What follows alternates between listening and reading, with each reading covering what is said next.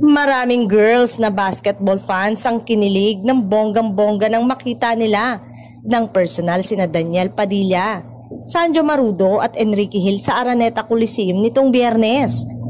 Spotted nga sa courtside ng Game 5 sa pagitan ng Ginebra at San Miguel sa PBA Season 49 Philippine Cup semifinal sina Daniel, Sanjo at Enrique. Kwento ng mga nakakita na nanood sa nasabing game, nakita raw nilang nagchichikahan sina Sanjo at Ken. Pero parang hindi nga raw nila nakitang nag-usap o nagbatian man lang sina DJ at Enrique. Naghinala tuloy ang mga intrigerang fans na baka raw nag-iiwasan talaga ang dalawa at may hindi pagkakaintindihan. Hindi nga ba unang napabalita na dapat ay kasama talaga si Enrique sa seryeng Incognito, pero pinalitan siya ni Arjo Atayde na eventually ay napunta naman kay Baron Geisler ang role sana nito sa Kapamilya action serye.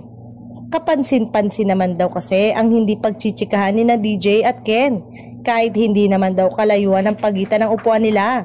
Mga 4 o 5 seat lang pero hindi sila nagkibuan.